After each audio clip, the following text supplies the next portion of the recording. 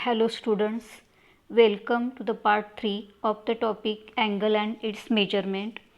In this lecture we will learn definition of radian measure and relation between degree measure and radian measure. There are two systems of angle measurement. First system is sexagesimal system and second system is circular system. Measure of angles. The amount of rotation from the initial ray OA to the terminal ray OB gives the measure of angle AOB. It is measured in two systems. आता इथं एक directed angle AOB दिलेला आहे. Initial arm OA आहे आणि terminal arm OB आहे. म्हणजे directed angle AOB आणि त्याचं मेजर x इतकं घेतलेलं आहे. आता हे मेजर करायच्या दोन सिस्टीम आहेत. एक सेक्सागेसिमल सिस्टीम आणि दुसरी सर्क्युलर सिस्टीम. तर सेक्सागेसिमल सिस्टीममधलं अँगल मेजरमेंटचं जे युनिट आहे ते डिग्री आहे आणि सर्क्युलर सिस्टीममधलं अँगल मेजरमेंटचं जे युनिट आहे ते रॅडियन आहे. तर इथं आपण रॅडियन मेजरची डेफिनेशन लर्न करायची आहे. डिग्री मेजर म्हणजे काय हे तुम्ही आधीच अभ्यासलेलं आहे. तर इथं सर्क्युलर सिस्टीम, दुसरी जी अँगल मेजरमेंटची सिस्टीम आहे ती सर्क्युलर सिस्टीम आहे आणि सर्क्युलर सिस्टीममधलं अँगल मेजरमेंटचं युनिट हे रॅडियन आहे. That is in this system the unit of measurement of an angle is a radian. म्हणजे डिग्री जसं हे अँगल मेजरमेंटचं युनिट आहे तसंच रॅडियन हे सुद्धा अँगल मेजरमेंटचं एक युनिट आहे. Let R be the radius of a circle with centre O. Let A and B be 2 points on the circle such that the length of arc AB is R. Then the measure of the central angle AOB is defined as 1 radian. It is denoted by 1 radian. तर इथं एक circle घेतलेला आहे ज्याचा centre origin आहे आणि radius R unit आहे आणि ए आणि बी हे ह्या सर्कलवरचे दोन पॉईंट आहेत. मग ए आणि बी सर्कलवरचे पॉईंट असतील तर OA आणि OB ह्या रॅडियस आहेत आणि रॅडियसची लेंथ ही R इतकी घेतलेली आहे. आता OA आणि OB ह्या दोन आर्सनी एक सेंट्रल अँगल तयार केलेला आहे AOB. OA आणि OB ह्या दोन आर्सनी हा AOB हा सेंट्रल अँगल तयार केलेला आहे. आता ह्या सेंट्रल अँगलचं मेजर 1 radian आहे. असं कधी म्हणायचं आहे ज्यावेळी सर्कलची रॅडियस आणि सेंट्रल अँगलनं जी आर्क तयार केलेली आहे त्या आर्कची लेंथ हे दोन ज्यावेळी समान मापाचे असतील त्यावेळी ह्या आर्क ABनं सेंटरजवळ जो अँगल तयार केलेला आहे त्या अँगलचं मेजर हे 1 radian इतकं घ्यायचं आहे. 1 radian हे कुठल्या अँगलचं मेजर असणार आहे? सेंट्रल अँगल म्हणजे केंद्राजवळ तयार झालेला कोन. आता O हा सेंटर आहे म्हणून OAOB हा सेंट्रल अँगल आहे. तर ह्या सेंट्रल अँगलचं मेजर 1 radian कधी घ्यायचं आहे? ज्यावेळी सर्कलची रॅडियस आणि सेंट्रल अँगलनं जी आर्क तयार केलेली आहे त्या आर्कची लेंथ हे दोघं जर समान मापाचे असतील तर त्या आर्कनं सेंटरजवळ जो कोन तयार केलेला आहे त्या कोणाच्या मापाला 1 radian मेजर म्हणजे त्या अँगलचं माप हे 1 radian आहे असं म्हणायचं आहे. आणि ते 1 त्याचा घातांक इंडेक्स C दाखवला आहे तो वाचताना 1 radian असा वाचायचा आहे.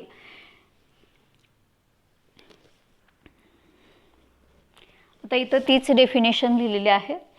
1 radian हे मेजर असण्यासाठी काय कंडिशन आहे? सर्कलच्या रॅडियसची लेंथ आणि आर्कची लांबी हे जर समान मापाचे असतील तर आर्कनं केंद्राजवळ जो कोन तयार केलेला आहे त्या कोनाच्या मापाला 1 रेडियन असं म्हणायचं आहे. आता तेच इथं फक्त मांडलेलं आहे. Thus 1 radian is the measure of an angle subtended at the centre of a circle by an arc whose length is equal to radius of the circle. 1 radian मेजरची ही डेफिनेशन आहे. तर एक थेरम आहे. थेरमचं स्टेटमेंट असं आहे, the radian measure is independent of the radius of the circle used and pi radian equal to 180 degree. थेरमचं स्टेटमेंट काय, द रॅडियन मेजर हे त्या सर्कलच्या रॅडियसवरती डिपेंडंट असत नाही. Radian measure is independent of radius of a circle and pi radian equal to 180 degree. म्हणजे radian आणि डिग्रीमधलं रिलेशन आपल्याला प्रूव्ह करायचं आहे आणि रॅडियन मेजर हे रॅडियसवरती डिपेंडंट नाही हे पण प्रूव्ह करायचं आहे. आता त्याच्यासाठी इथे एक सर्कल कन्सिडर केलं आहे with centre O. Proof, let us consider a circle with center at O and radius R. Let AB be an arc of length R. Join OA and OB. तर हे एक सर्कल घेतले ज्याचा centre O आहे आणि radius R आहे आणि A आणि B हे सर्कलवरचे पॉईंट आहेत. म्हणजे OA आणि OB ह्या रेडियस झाल्या आणि रेडियसची लेंथ त्यांनी R दिले. म्हणजे OA ह्या सेगमेंटची लांबी R येईल आणि OB सुद्धा तेवढाच येईल. आता त्याच्यानंतर आर्क AB ही आर्क AB आहे, त्याची लेंथ R इतकी घेतलेली आहे. मग आर्कची लांबी आणि वर्तुळाची त्रिज्या हे समान मापाचे झाले. म्हणजे ह्या आर्क ABनं हा AOB जो अँगल तयार केलेला आहे त्याचं मेजर रॅडियनच्या डेफिनेशनप्रमाणे 1 रेडियन इतकं होईल. Therefore measure of angle AOB equal to 1 radian. आता इथं सेंट्रल अँगल्सची एक प्रॉपर्टी आहे ती स्टेट केले. Since measures of the central angles are proportional to the lengths of corresponding arcs subtending them. Property काय, since measures of the central angles are proportional to the lengths of corresponding arcs subtending them. म्हणजे central अँगल्सच्या मापांचं प्रमाण हे त्यांनी त्या subtend केलेल्या ज्या arc आहेत त्या आर्कच्या लांबींच्या प्रमाणात येते.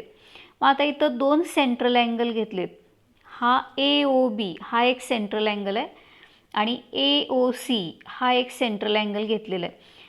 म्हणजे ह्या 2 कोनांच्या मापांचं प्रमाण आता इथं हे पुढच्या स्टेपला लिहिलं आहे, measure of angle AOB divided by measure of angle AOC equal to त्यांनी सबटेंड केलेल्या आर्कच्या लेन्सच्या प्रमाणात असते. मग AOBनं आर्क AB सबटेंड केले आणि AOCनं आर्क ABC सबटेंड केलेली आहे. मग ते प्रमाण पुढं लिहिलं equal to length of arc AB divided by length of arc ABC. हे इक्वेशन आपण ह्या प्रॉपर्टीवरून मांडलेलं आहे. तर तेच इक्वेशन इथं मांडले. Measure of angle AOB divided by measure of angle AOC equal to length of arc AB divided by length of arc ABC. आता ह्या आर्कच्या लेंथ इथं सबस्टिट्यूट केलेत.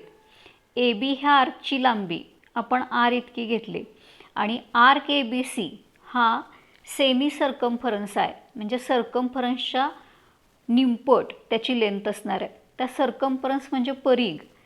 R जर रॅडियस असेल तर परीघ सर्कम्फरन्स हा 2πr इतका येणार आहे आणि त्याच्या निमपट परीघ म्हणजे त्याला 1/2ने डिव्हाइड केले. म्हणजे आर्क ABCची लांबी 1/2 × 2πr अशी आहे. तर R हा कॉमन फॅक्टर आहे तो कॅन्सल होईल, 2 कॉमन फॅक्टर आहे तो कॅन्सल होईल आणि 1/π हा तिथं शिल्लक राहणारा टर्म आहे. तर हेच इक्वेशन पुन्हा मांडले. Therefore measure of angle AOB divided by measure of angle AOC equal to 1/π. आता ही टर्म इकडं ट्रान्सफर केली म्हणजे ती अंशामध्ये जाईल. Therefore, measure of angle AOB equal to 1 by pi into measure of angle AOC. आता AOBचं मेजर 1 रेडियन आहे ते सबस्टिट्यूट केले इक्वल टू हा कॉन्स्टंट आहे तसा ठेवला into major of angle AOC. आता AOC हा स्ट्रेट अँगल आहे. स्ट्रेट अँगल म्हणजे त्याचं मेजर हे 2 राईट अँगल्स इतकं आहे. ते इथं मांडलेलं आहे म्हणजे 2 काटकोना इतकं त्याचं माप आहे. 2 राईट अँगल्स. फक्त ह्याचं मेजर इथं सबस्टिट्यूट केलं आहे. AOBचं मेजर इथं सबस्टिट्यूट केलं. Next step. Therefore 1 radian equal to 1 upon pi into 180 degrees. 2 right angles, 2 काटकोन, एका काटकोनाची अमाऊंट ही 90 डिग्री म्हणजे 2 राईट अँगल्सची अमाऊंट 180 डिग्री तर सबस्टिट्यूट केले. आता हा कॉन्स्टंट फक्त एकत्र लिहिला आहे पुढच्या स्टेपला. Therefore 1 radian equal to 180 divided by pi degrees. आता पायला LHSला ट्रान्सफर केलेला आहे. पाय LHSला ट्रान्सफर झाला की पाय 1 इंटू पाय हा पाय होईल. पाय रेडियन इक्वल टू 180 डिग्री. आता हेच इक्वेशन उलट मांडले. आता हे इक्वेशन आपल्याला प्रूव्ह करायचं होतं स्टेटमेंटमध्ये. पाय रेडियन हा 180 डिग्री येतो हे आपण प्रूव्ह केलेलं आहे. आता हेच इक्वेशन उलट मांडले, बाजू बदलून मांडलेलं आहे. Therefore 180 डिग्री इक्वल टू पाय रेडियन्स. तर हा 180 इकडं ट्रान्सफर केला की तो डिनॉमिनेटरमध्ये येईल, छेदामध्येच येईल. Therefore 1 degree equal to pi by 180 radians. हे एक महत्त्वाचं रिलेशन आपण इथं प्रूव्ह केले. 1 डिग्रीची व्हॅल्यू ही पाय बाय 180 रेडियन्स इतकी येणार आहे. तर 1 degree equal to pi by 180 radians हे आपण प्रूव्ह केले. मग 1 डिग्री ह्या इक्वेशनच्या दोन्ही बाजूला तर थीटानं मल्टिप्लाय केलेलं आहे.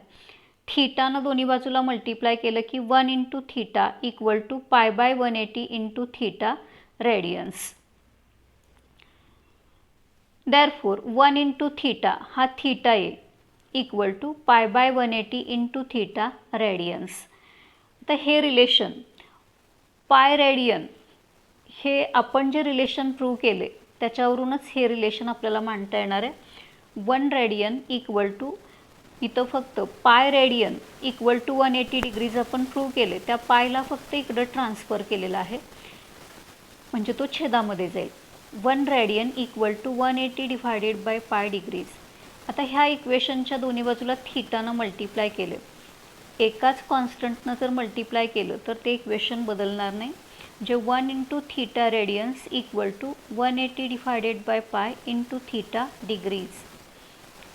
1 इंटू थीटा हा थीटा येईल. Theta radian equal to 180 upon pi into theta degrees.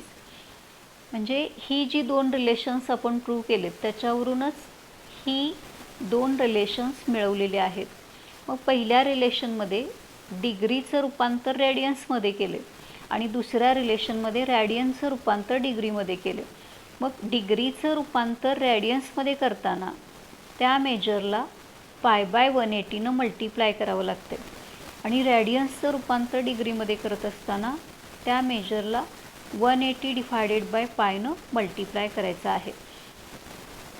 डिग्रीचं रूपांतर रेडियन्समध्ये करताना पाय बाय 180नं मल्टिप्लाय करायचं आणि रेडियन्सचं रूपांतर डिग्रीमध्ये करताना त्या मेजरला 180 अपॉन पायनं मल्टिप्लाय करायचं. हे फॉर्म्युली लक्षात ठेवायचे आहेत, ते आपण एक्झाम्पल्समध्ये वापरणार आहे. तर तेच ह्या नोटमध्ये लिहिलेलं आहे. First note. To convert degree measure into radian measure multiply degree measure by pi by 180. Degree मेजरचं रूपांतर रेडियन मेजरमध्ये करताना दिलेल्या मेजरला पाय बाय 180नं मल्टिप्लाय करायचं आहे. आणि second note. To convert radian major